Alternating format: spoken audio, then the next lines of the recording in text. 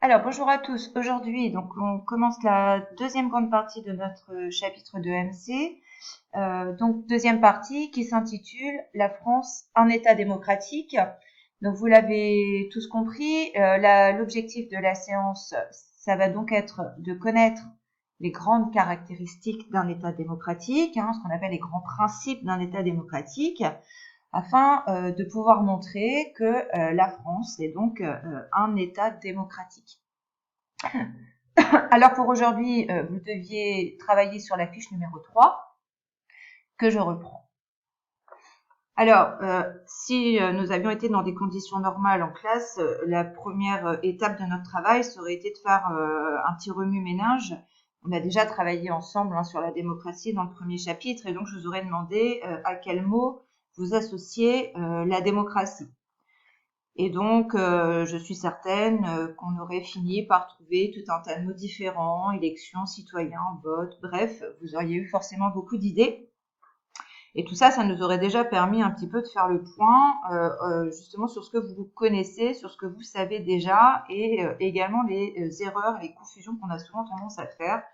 On va y revenir, notamment quand on oppose la démocratie à la monarchie, alors que tout le monde l'a compris, avec l'objectif là notamment de ce tableau que je vais compléter tout à l'heure, la démocratie s'oppose en fait à la dictature. Alors, vous avez donc regardé une vidéo sur Un jour une question, c'est quoi la démocratie? L'idée étant de revenir sur ce qu'on avait déjà noté dans un chapitre précédent, c'est quoi la démocratie représentative? Alors, la démocratie représentative, c'est tout simple, on l'a déjà dit, c'est qu'un État qui est en démocratie représentative n'est pas directement gouverné par le peuple, mais par des représentants élus par lui. Ça veut dire que le peuple a le pouvoir, mais qu'il délègue son pouvoir à des représentants élus. On va pas refaire toute l'histoire de la démocratie. Je vous rappelle que la démocratie, c'est une idée qui est née quand même en Grèce pendant l'Antiquité, que ça vient du terme grec démos, kratos, qui signifie le pouvoir au peuple. En tout cas, c'est ainsi que Périclès, qui a vécu il y a 2500 ans, l'a défini. Donc Périclès, qui, je vous le rappelle, était donc un stratège grec. Alors en effet, à Athènes, dans l'Antiquité, on l'avait déjà vu, la démocratie était directe, c'est-à-dire qu'on avait un tirage au sort qui s'effectuait, qui permettait à chaque citoyen de prendre part au gouvernement de la cité, de la police. P-O-L-I-S. Mais on l'a déjà dit, les conditions actuelles, font que on est dans une démocratie représentative et qu'en fait ça existe déjà maintenant depuis le XVIIe siècle, puisque la démocratie, elle a d'abord triomphé en fait en Angleterre à la fin du XVIIe siècle, elle a gagné ensuite les États-Unis et la France à la fin du XVIIIe siècle. Donc en France, vous le savez, c'est avec la Révolution française de 1789 que la démocratie a été introduite en même temps que la République. Alors maintenant qu'on a dit ce que c'était qu'une démocratie représentative, on va pouvoir quand même refaire un point sur justement la démocratie, quels sont ses grands principes. Alors là, on partait donc de ce qu'on connaît, c'est-à-dire la dictature hitlérienne, donc dans l'Allemagne de 1933 à 1945. Donc dans une dictature, les libertés essentielles, on l'a déjà vu, sont supprimées. Donc dans une démocratie, c'est l'inverse. Donc on a donc la garantie des droits et des libertés fondamentales. Et ces droits et ces libertés fondamentales sont garantis par quoi? Par la loi. Et on dit qu'on est dans un état de droit. Et ils sont inscrits, ces droits et ces libertés, dans des textes officiels. Je vous les rappelle, la DDHC, Déclaration des droits de l'homme et du citoyen, la DUDH, Déclaration universelle des droits de l'homme, ou les constitutions. Donc la constitution, que ce soit celle de la 4e République en 1946 ou celle de la 5e République en 1958. Voilà. Donc premier point, hop, on va le faire comme ça. On va faire juste un petit tiret pour que ce soit clair. Je vais remonter ça. si je peux, voilà. Voilà, donc la garantie des droits et des libertés fondamentales, donc une garantie dans un état de droit. Alors, dans une démocratie, donc l'inverse d'une dictature, si les pouvoirs ne sont pas concentrés entre les mains d'une seule personne ou d'un seul parti, eh bien, les pouvoirs sont séparés. Donc, deuxième tiret, la séparation des pouvoirs. Alors, les pouvoirs sont séparés. Je vous rappelle quand même que c'est le philosophe des Lumières au XVIIIe siècle qui s'appelle Montesquieu, qui avait notamment réfléchi à l'organisation politique des sociétés, qui a montré que le premier principe démocratique était la séparation des pouvoirs. Je vous rappelle qu'à l'époque, le contexte, c'est que la France est en monarchie absolue et que tout un tas de personnes, penseurs, écrivains, ce qu'on appelle des philosophes, réfléchissent justement à une nouvelle organisation de la société, de la politique. Et donc Montesquieu, lui, donc va défendre cette idée d'une séparation des pouvoirs. Alors la séparation des pouvoirs, vous les connaissez, on les rappelle quand même. Donc il s'agit du pouvoir exécutif, avec pas d'accent sur le E normalement. Donc c'est le pouvoir exécutif, le pouvoir législatif et le pouvoir judiciaire. Voilà. Alors, normalement, les définitions, vous les avez déjà. Je vous les redonne quand même. Alors, on va souligner séparation des pouvoirs. Hop, et je vais vous remettre en rouge. Je ne peux pas, ou alors je vais vous les laisser comme ça, on va les mettre en gras plutôt. Voilà. Donc, le pouvoir exécutif, je vous le rappelle, c'est l'autorité qui est chargée de faire exécuter les lois, c'est-à-dire en fait celle qui gouverne. Le pouvoir législatif, c'est l'autorité chargée de discuter et de voter les lois. Quant à l'autorité judiciaire, ce qu'on appelle le pouvoir judiciaire, c'est celle qui interprète la loi, l'applique et sanctionne les manquements à la loi. Voilà. Donc, des pouvoirs qui doivent être séparés, clairement, ça veut dire quoi? Ça veut dire qu'ils ne doivent pas être concentrés dans les mains d'une seule personne. Ce qui se passe, par exemple, en classe. En classe, c'est moi qui fais cours, donc j'ai le pouvoir exécutif. C'est moi qui est législatif, donc c'est moi qui fais cours dans le sens où j'ai le pouvoir exécutif et législatif puisque je fais le cours et je vérifie qu'il est bien appliqué par le biais des devoirs que je peux donner ou des évaluations. Et j'ai le pouvoir judiciaire puisque je peux punir tous ceux qui manquent à leurs devoirs, c'est-à-dire notamment par le biais des travaux non faits, etc. C'était juste pour faire un petit rappel de comment ça se passait en classe depuis maintenant 6 semaines que vous n'y êtes plus. Voilà, donc ça c'était la petite parenthèse. Beaucoup plus sérieusement, donc les pouvoirs en effet sont séparés, ça veut dire qu'ils sont exercés par des personnes différentes en des lieux différents. Et ça c'est aussi important.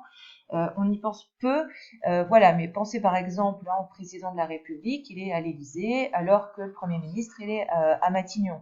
Ça veut dire que forcément, les lieux doivent être différents pour qu'il n'y ait pas justement de confusion justement de ces pouvoirs.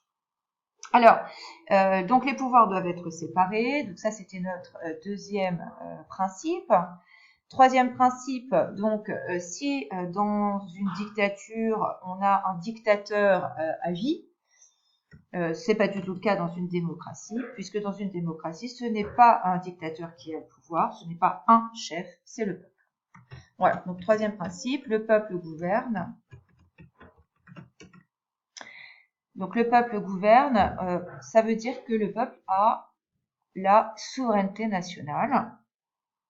Je vous rappelle, hein, la souveraineté, c'est celui qui détient l'autorité politique. Hein.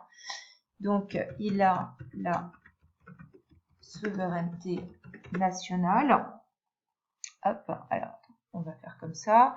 Et donc, il a la souveraineté nationale, clairement. Et comment cette souveraineté nationale, eh bien, elle s'exerce, on l'a déjà dit, eh bien, puisque les citoyens, ceux qui forment le peuple, donc, délèguent à leurs représentants, par le vote, la responsabilité de diriger le pays. Ça veut dire concrètement que des élections sont organisées régulièrement pour que justement les citoyens choisissent leurs représentants. Et donc là, on pourrait revenir sur ce qu'on a déjà vu, le suffrage censitaire, le suffrage universel. Donc le peuple gouverne, il a la souveraineté nationale, donc ça c'est notre troisième principe. Je passe au quatrième principe. Si dans une dictature, on n'a qu'un seul parti, alors là, petit rappel, pendant qu'on y est, dans l'Allemagne nazie, je vous rappelle que c'est le parti nazi, le NSDAP, le parti unique. Je vous rappelle que dans le régime stalinien, le parti unique, c'est le PCUS, Parti communiste de l'Union soviétique. Et donc, bien évidemment, dans une démocratie, c'est pas du tout ça, puisque au contraire, on doit avoir des opinions diverses qui s'expriment, et donc on a plusieurs partis politiques. Voilà. Et donc plusieurs partis politiques, ça veut dire qu'on a le multipartisme. Voilà, je vous le mets là. Plusieurs partis politiques. Voilà. Donc on termine dans une dictature, si une minorité s'impose par la force au reste de la population, eh bien c'est l'inverse dans la démocratie, puisque dans la démocratie, c'est la majorité qui gouverne. Donc la majorité qui gouverne, clairement, ça veut dire quoi? Eh bien, ça veut dire que c'est ceux qui ont été élus à la majorité qui gouvernent, mais pour autant, ça ne veut pas dire que l'opposition est muselée, puisque au contraire, l'opposition peut tout à fait s'exprimer. Voilà, donc la majorité gouverne, c'est notre dernier principe.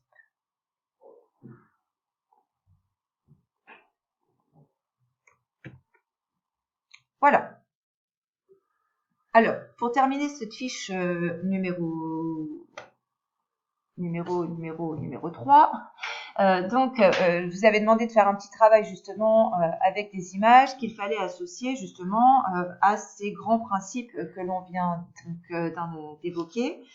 Donc, vous deviez pouvoir illustrer donc un aspect du caractère démocratique de notre République. Alors, juste quand même avant de corriger cet exercice, un petit rappel, on en a également déjà parlé, mais c'est important quand même de le dire. Je vous rappelle qu'il faut faire la différence entre la forme d'un régime et sa nature.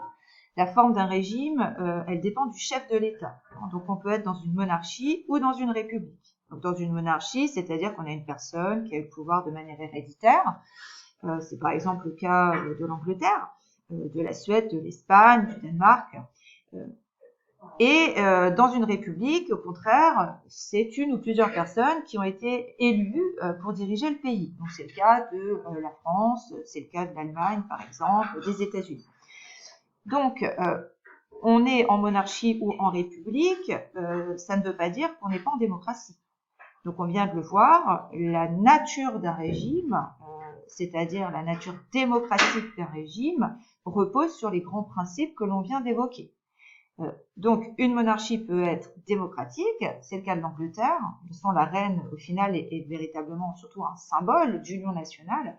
Ce n'est pas elle qui gouverne, puisque c'est le Premier ministre, Boris Johnson, qui véritablement, lui, à la tête notamment de la Chambre des communes et des lords, prend les décisions, gouverne.